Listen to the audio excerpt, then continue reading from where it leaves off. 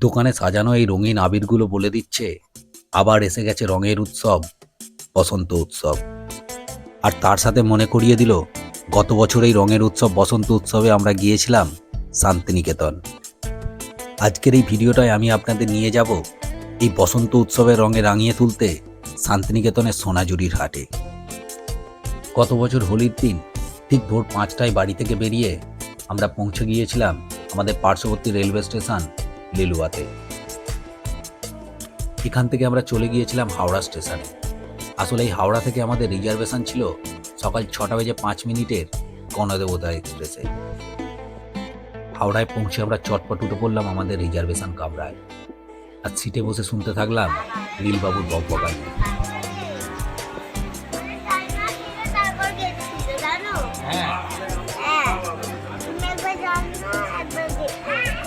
এই ট্রেন ঘন্টা তিনেকের মধ্যেই আমাদের পৌঁছে দিল প্রান্তিক স্টেশনে।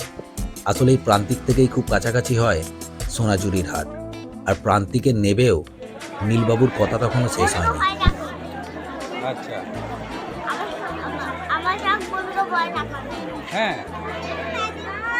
এই প্রান্তিক স্টেশনের বাইরেই রয়েছে লম্বা টোটোর লাইন।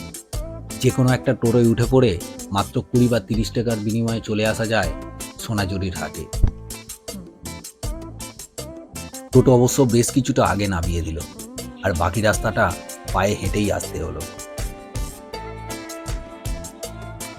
আর এই হলো শান্তিনিকেতনের সোনাঝুরির হাট। একদিকে এই হাটে চলছে বিভিন্ন রকম জিনিসপত্রের ক্রয় বিক্রয়, আর অন্যদিকে চলছে নাচ গান।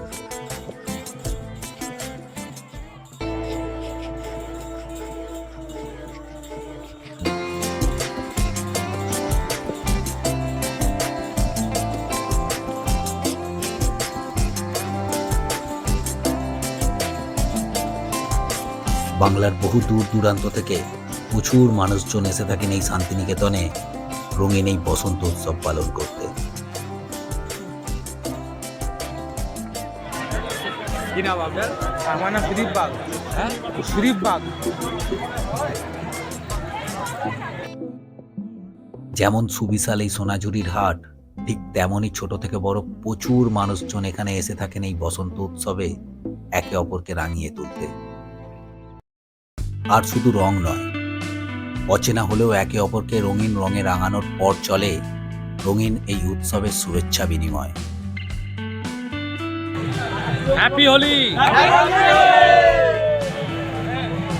চোখে পড়ল একদম ছোট্ট ছোট্ট খুদেরাও রয়েছে এই রঙিন উৎসবের মধ্যে, যদিও তাদের বেশিরভাগ সময়টাই নজর রয়েছে ওই আইসক্রিমের দোকানগুলোতে।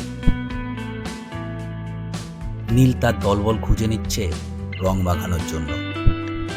খেয়াল করলাম রং নিয়ে হুড়োহুড়ি না করে বড়দের মতোই একে অপরের গায়ে রং লাগিয়ে শুভেচ্ছা বিনিময় করছে। এটা বোধহয় পরিবেশেরই পরিচয়। প্রচুর স্কুল কলেজের ছেলে মেয়েরাও এসেছে, তারাও তাদের নিজেদের মতোই রং মাখামাখি আর আনন্দ করছে। কোথাও বা আবার চলছে দল বেঁধে একসাথে নাচ গান।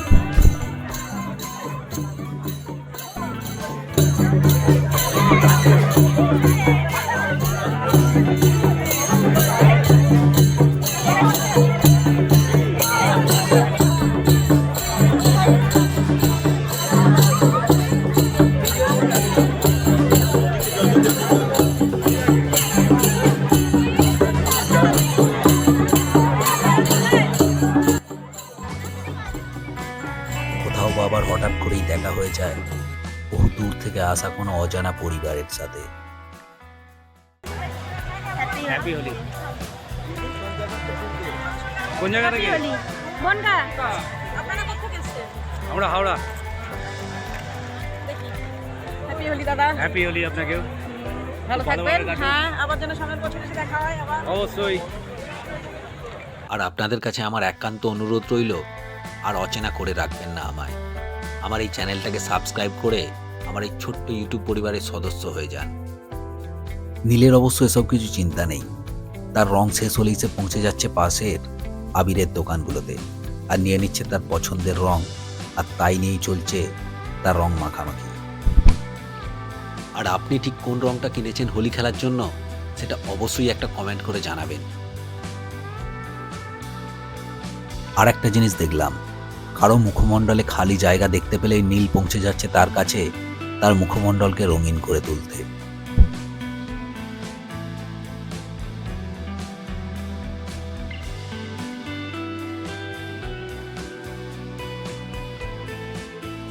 অবশেষে তার মনে পড়ল আমাদের কথা।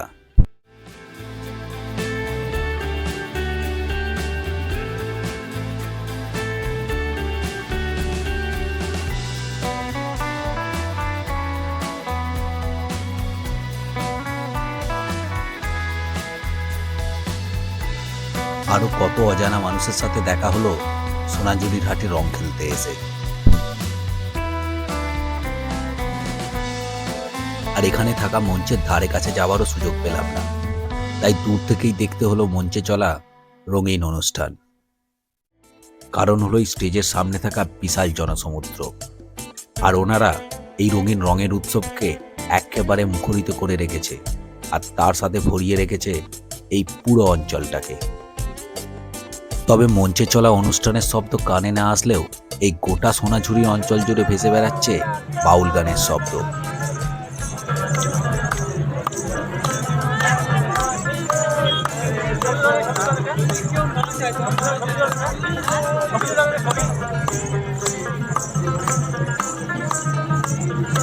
আর শুধু বাউল গান না, মাঝে মধ্যে কানে আসছে হরিনাম সংকীর্তন।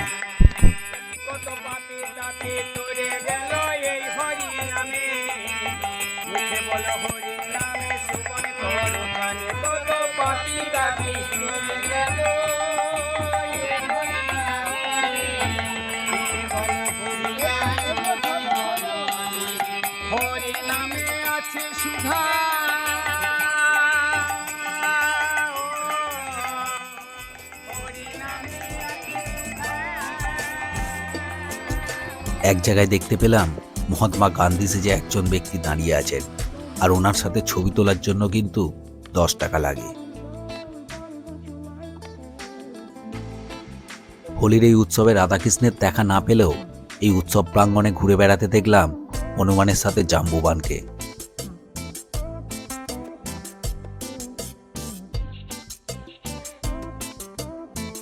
আর এরই মধ্যে মাঝে মধ্যে চলছে ঠান্ডায় কোল্ড ড্রিঙ্কস বা শরবত খাওয়া। আর এই দাদাকে দেখুন, কোল্ড ড্রিঙ্কস খেতে গিয়ে ওনার কোল্ড ড্রিঙ্কস খাওয়ার পাইপটাই পড়ে গেল। শান্তিনিকেতনে আসবেন আর রাবড়ি দই যে ভুলে যাবেন এটা তো হতেই পারে না।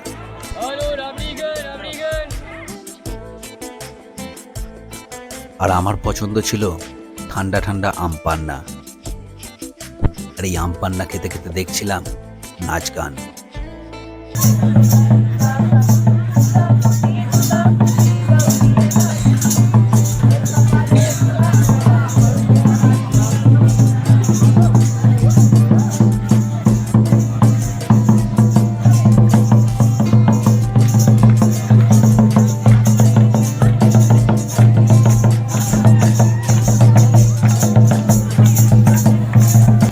নাচ দেখতে দেখতে কানে ভেসে এলো বাউলের একতারার সাথে তাল মিলিয়েছে অজস্র কণ্ঠের শব্দ, আর সেটা হলো সাদের লাউ।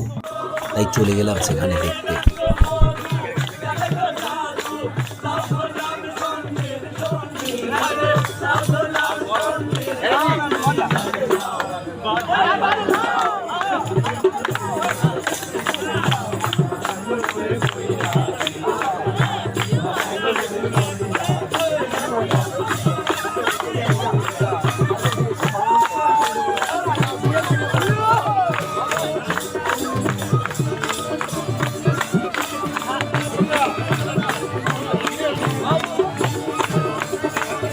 এইভাবে কখনো বাউলের গান, কখনো আবার নাচ, কখনো বা আবার রঙের খেলা, এইসব দেখতে দেখতে কিভাবে যেন সময়টা ফুরিয়ে গেল।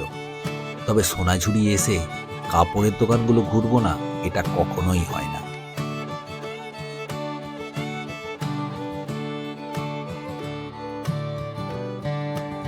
আর শুধু কাপড় নয়, কেনই বা বাদ যাবে সাজসজ্জার দোকানগুলো।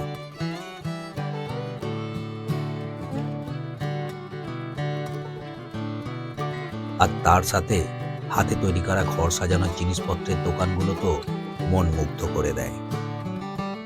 তবে জিনিসপত্রগুলো দেখতে খুব সুন্দর হলেও দাম কিন্তু খুব একটা বেশি বলে মনে হয় না, তাই স্বাচ্ছন্দ্যে দু একটা জিনিস কিনে নেওয়াই চলে।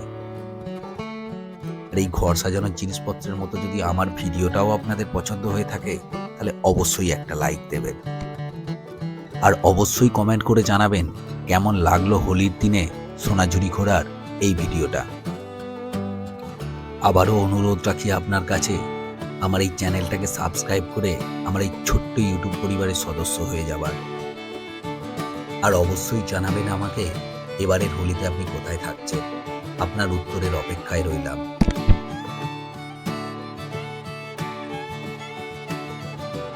এরপর বাড়ি ফেরার পালা। আর এই সোনাঝুরি থেকে আমরা টোটো নিয়ে চলে যাব প্রান্তিক স্টেশনে, আর ওখান থেকে রিজার্ভেশন ট্রেনে করে সোজা বাড়ি। ভালো থাকবেন, সুস্থ থাকবেন, আর এই ভিডিওটা এতক্ষণ ধরে দেখার জন্য আপনাকে জানাই অসংখ্য ধন্যবাদ।